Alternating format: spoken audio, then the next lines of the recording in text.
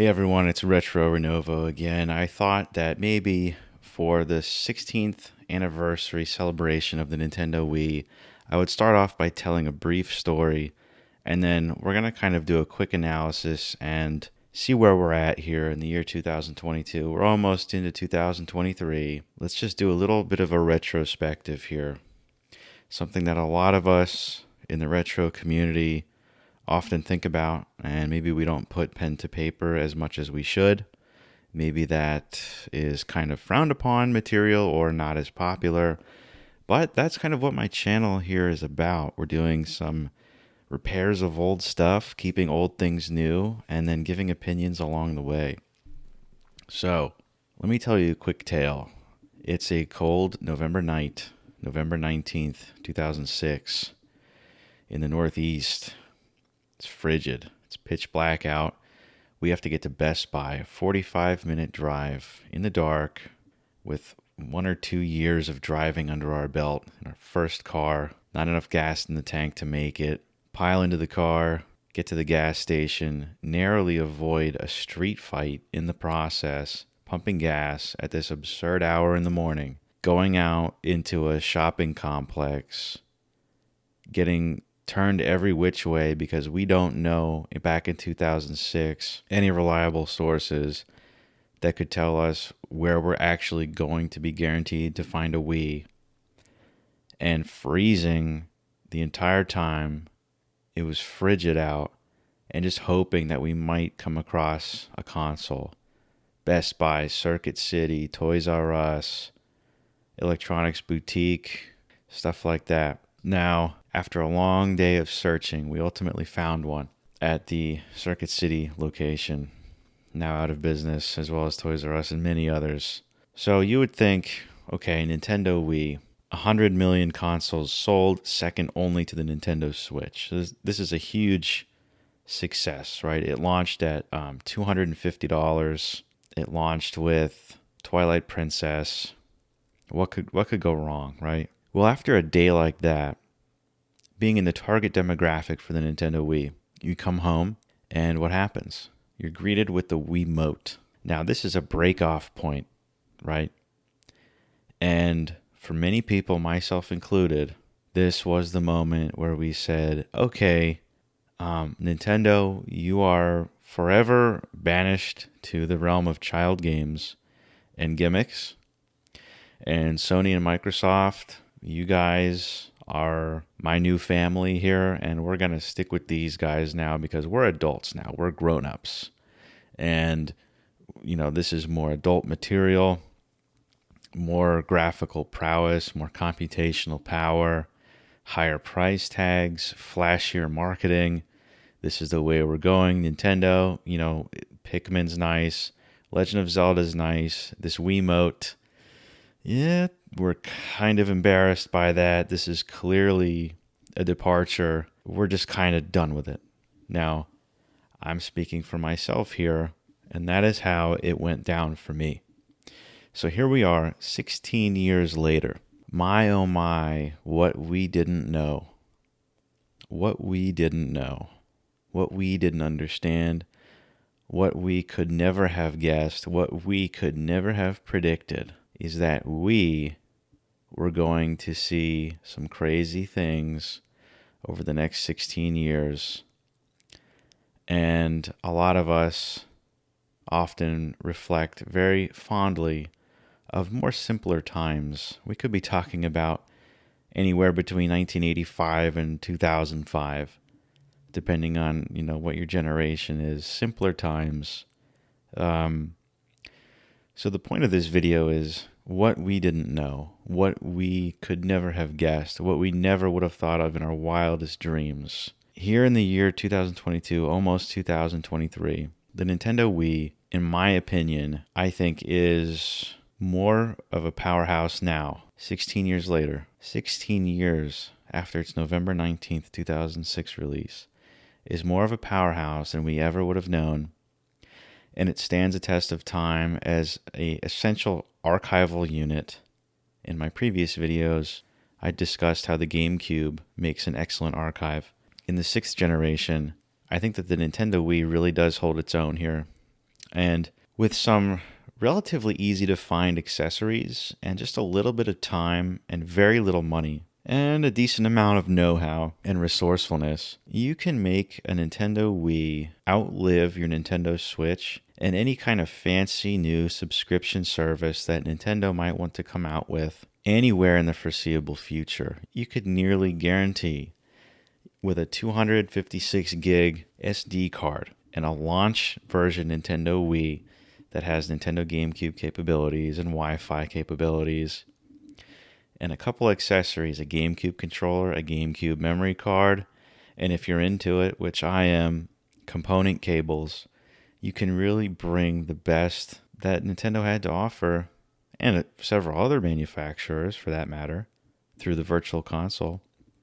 You can bring them into the future with you and kind of depart from this perpetual, nonstop, incessant subscription madness that we're in now. So, for anyone who might not know, the introduction to this is the homebrew scene, and that began shortly after the release of the Wii. And essentially, if you're viewing this channel, you probably know what the homebrew channel is, but in a nutshell, it's a hack that allows you to play a whole bunch of stuff on the Wii that you technically shouldn't be able to. And by that I mean you can play games without having the discs. You can play WADs, right? We'll get into that later.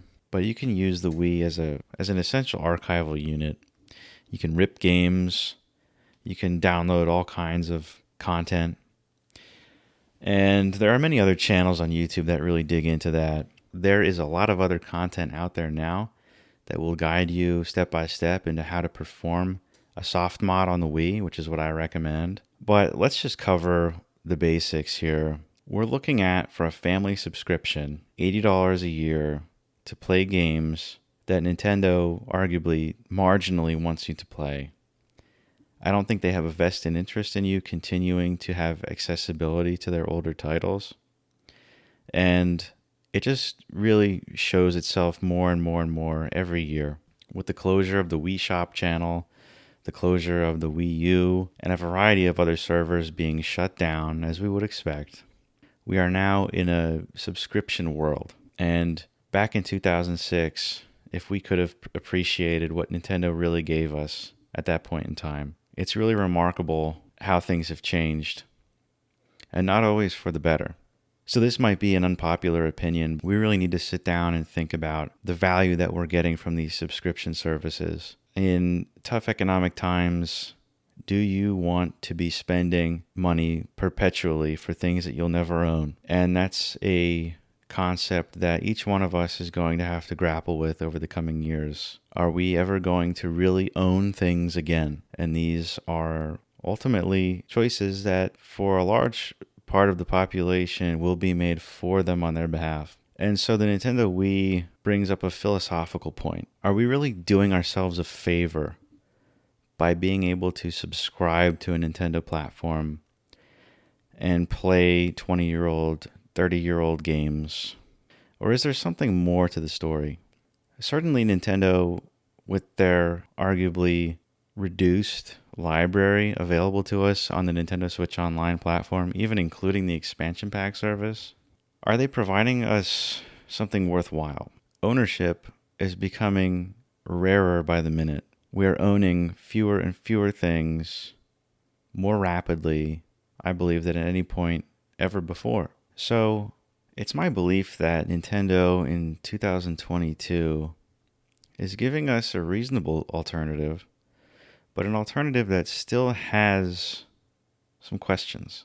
Now, is Nintendo really doing us a favor by offering us a limited library of games for a marginal cost, while simultaneously saying, no, we will not be interested in you playing these older titles into the future? They're essentially lost to history.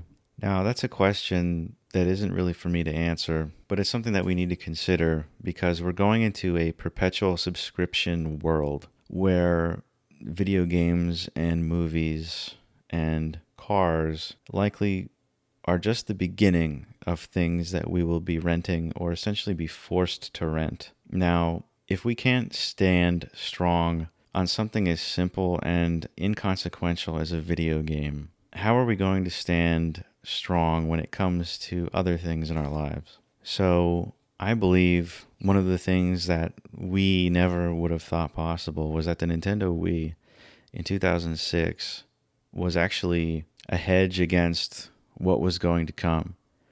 We have all the mechanisms on this device to allow us to access a huge, vast array of games into the future.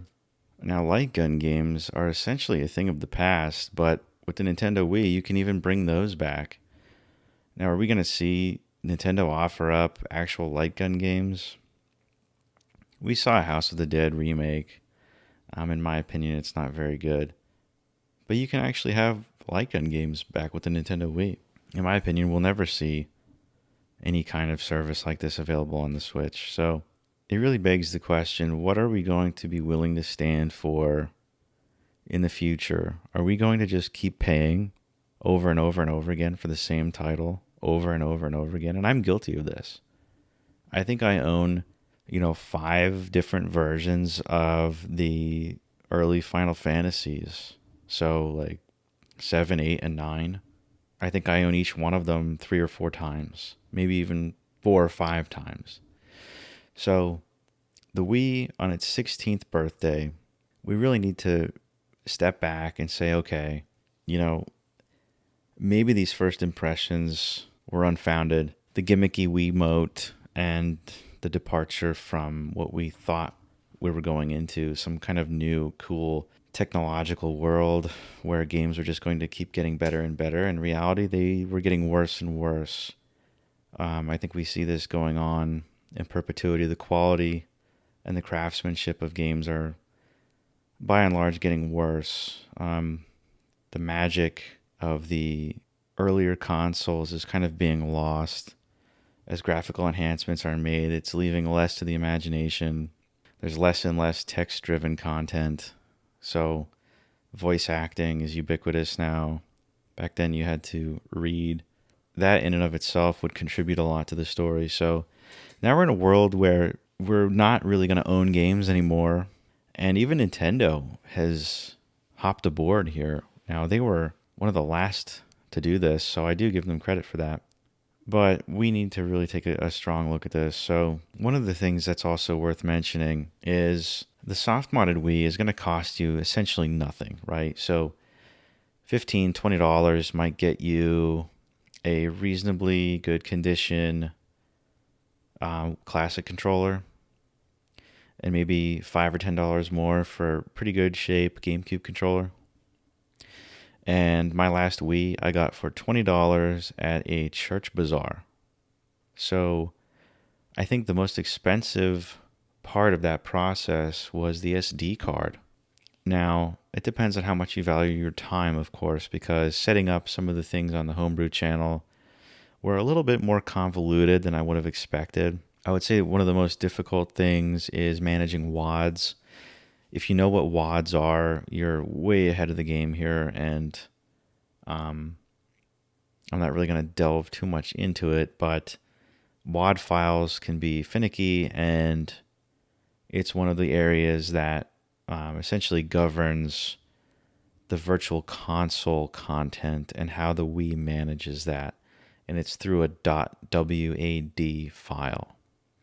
So that aside, with different mechanisms in the Homebrew channel, you can have an extensive, extremely impressive library at your fingertips with excellent thumbnails, box art, additional details, metadata about the games, all different kinds of settings, sound effects. You can even have the little intro jingle for the game play when you select the title. You can do this with Wii games. You could do this with GameCube games. And like I said, with the virtual console games as well. I'm not going to get into how to rip those games or how to find them elsewhere. But suffice it to say, it can all be done, and it can all run from an SD card. Now, like I said, I'm not going to get into exactly how to set all of this up. There are other channels out there that do a great job and I'll leave it up to them because the content's already out there. What I wanted to get at here is, why would you pay a subscription service and keep getting sucked into the ever increasing prices that we're going to keep seeing here? Up and up and up and up the prices are going to go. And as more games come out, it seems that we get less and less and less for our money. So one way to combat this is to build your own archive.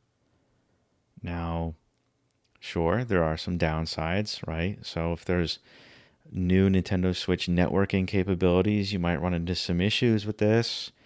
We're not going to have network multiplayer on a lot of these Wii offerings. I think there are some ways to get some titles to work, but it's very hit or miss. And I'm not that well read on it, so forgive me if I'm misstating here, but essentially it's not something you're going to want to actually try out very much, if at all. So sure, you miss out on that. So there's a con. But what are the pros?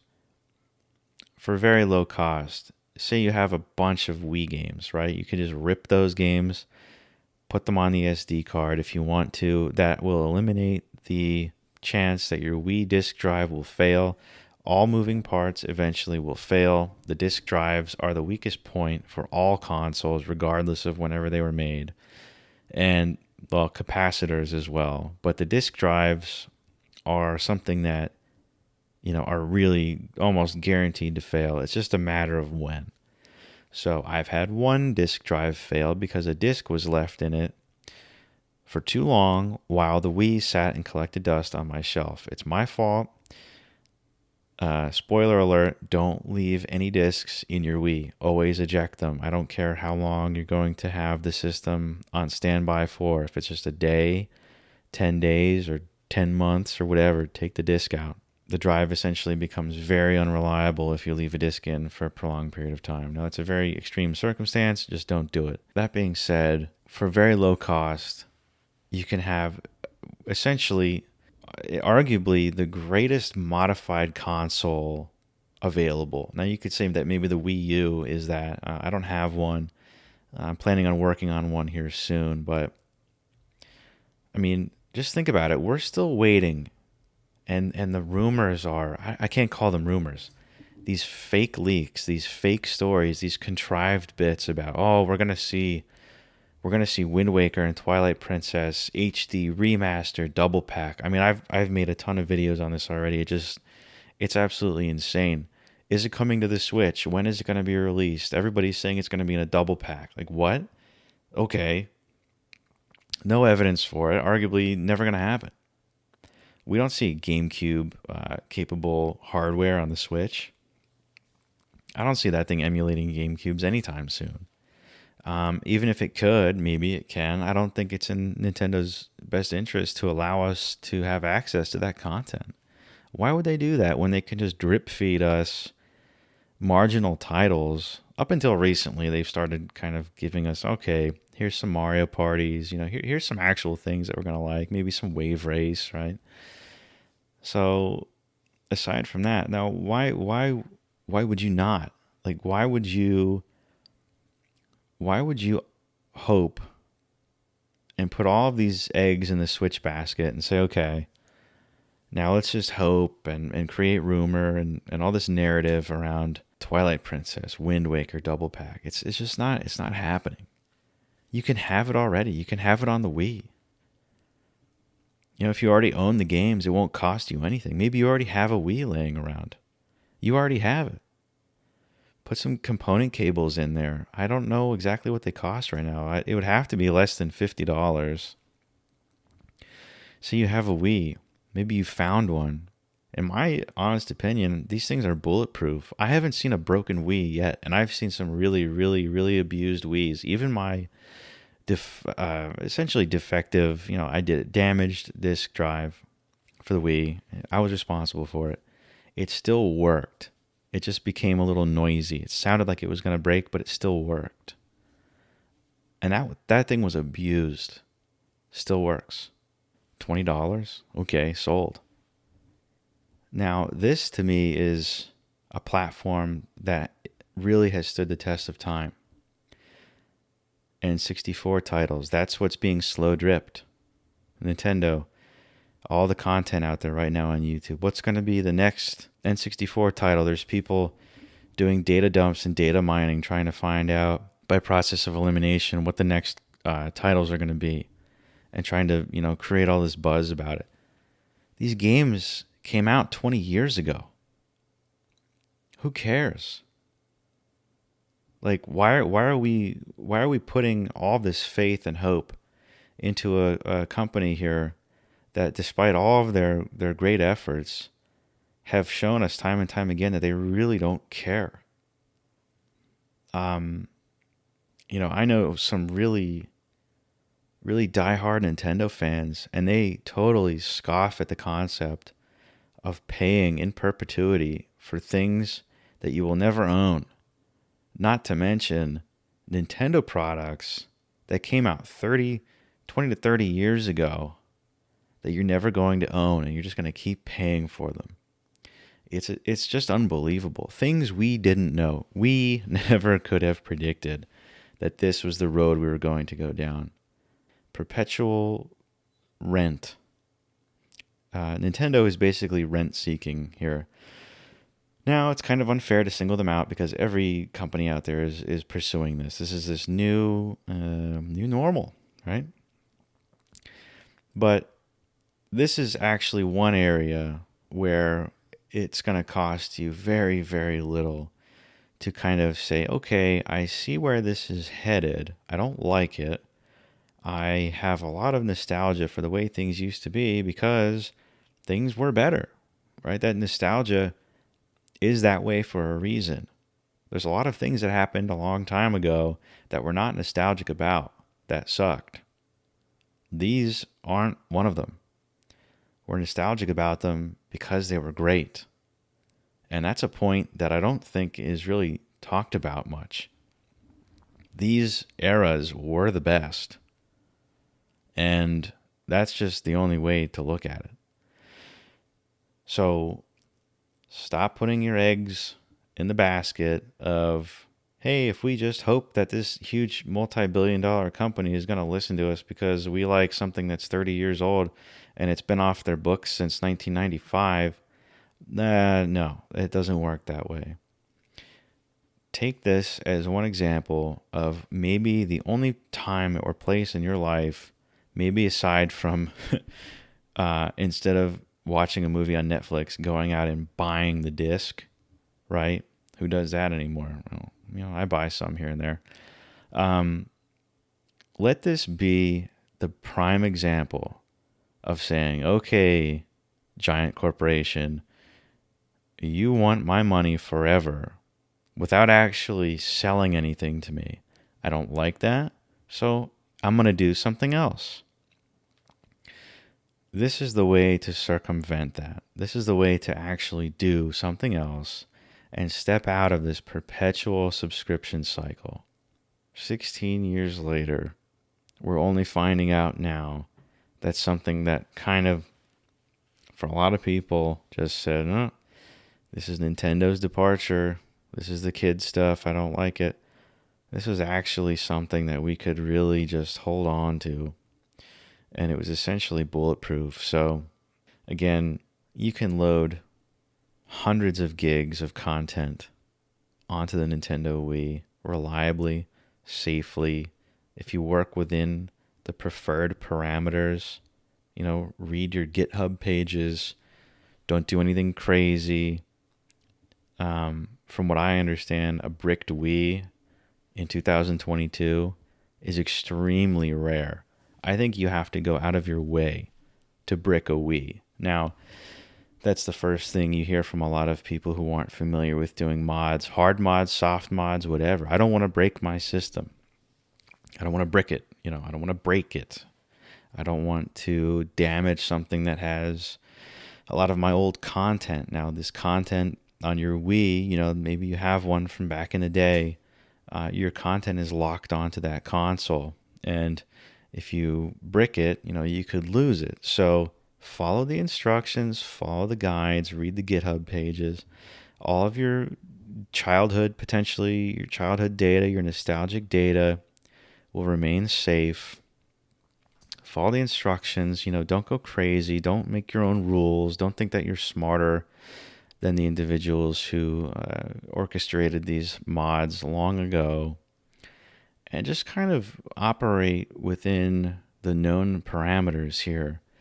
And just kind of step outside of this crazy world that we're in and put the ball back in your court. If you want to have Chrono Trigger alongside Ocarina of Time and Twilight Princess and Wind Waker over component cables at your fingertips without having to connect to the internet, without paying a subscription fee, I mean, how much better does it get than that, right? These are the basic things that unfortunately these newer generations aren't really going to understand or even comprehend.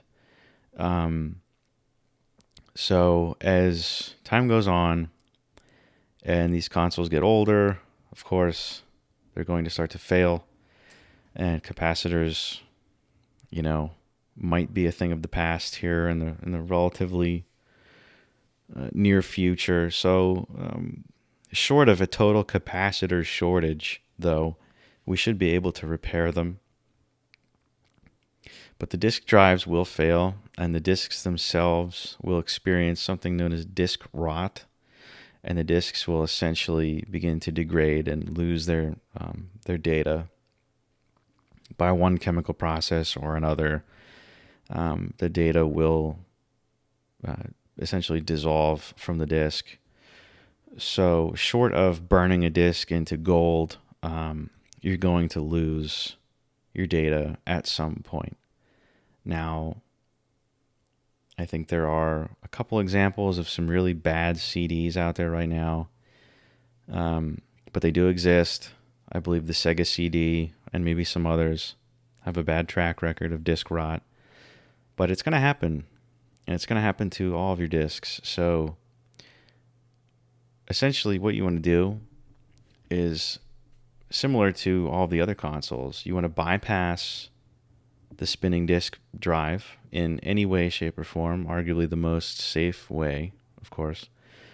And oftentimes now that's using an SD card. And lo and behold, the Wii has an onboard SD card reader. So where other consoles make you crack the system open and follow a somewhat complex and risky process, with the Wii, you can just essentially plug the SD card in once you've loaded the content you need, and it's ready to go, and it's going to read it for you, and it's already going to do full speed reads and writes, and it's going to manage your memory cards for you, and it's on a rock solid system. So it's worth saying that we should really recognize the Wii here 16 years later. The gimmick kind of joke that it was back then is now turning out to be, it's the best alternative to the Nintendo Switch perpetual online subscription service where you're going to keep paying. You're never going to own any of the content on there unless you actually buy it from the shop. But if it's digital, what happens when the server is shut down? So this is something that needs to be talked about. People like to walk on eggshells because, maybe they're trying to become a partner or something like that, and they have to really weigh their words. But the reality is, once the servers turn off, it's over. So we've seen that now with the Wii, with the Wii U. And what happens when we get past the Switch and we start moving into Nintendo's next departure? I have some guesses here and some hypotheses that Nintendo very well could depart from the norm yet again. I don't know if we'll see something out of left field quite like the Wii ever again, but there's every reason to believe that the services that we've become accustomed to, one day, within a couple of years, several years, will turn off and they will become unavailable. And then you'll have to go through the cycle of buying all these things all over again. It's going to be a lot harder to repair it or work on it when the components start to fail. So, the Nintendo Wii, November 19th, 2006, 16 years later, rock solid system, the best alternative. So, you can have the best of both worlds. You could do whatever you want to do. essentially. But this is the route, the best route, I would say the most satisfying route. This is the most satisfying thing, is to have this in your back pocket and say, you know what? When the servers shut down, I don't care. Let them shut the servers down. Right? Your content's going to be safe, and you're going to have enough games to last you and your family and future generations as an archive that's going to stand the test of time, and you'll be able to say, hey, remember back when, you could actually be in control of things and kind of run your life the way that you wanted to. Well, here's an example of it. Turn the Wii on and play Wind Waker in 2030. So, anyway, this is Retro Renovo. Thanks for listening. Like and subscribe if you like the content. If I understand my numbers correctly and my elementary school math correctly, roughly 1% of my viewers are subscribing. So don't be that 99%. Hit the subscribe button. We have a lot of things to talk about, a lot of unpopular things, but things that really need to be discussed here. So hoping to open the floodgates on relatively controversial topics, as well as a variety of other retro-related things. And it's not all video games either. There's some other relatively exciting stuff coming up too. Not in the video game world. Anyway, this is Retro Renovo, and goodbye for now.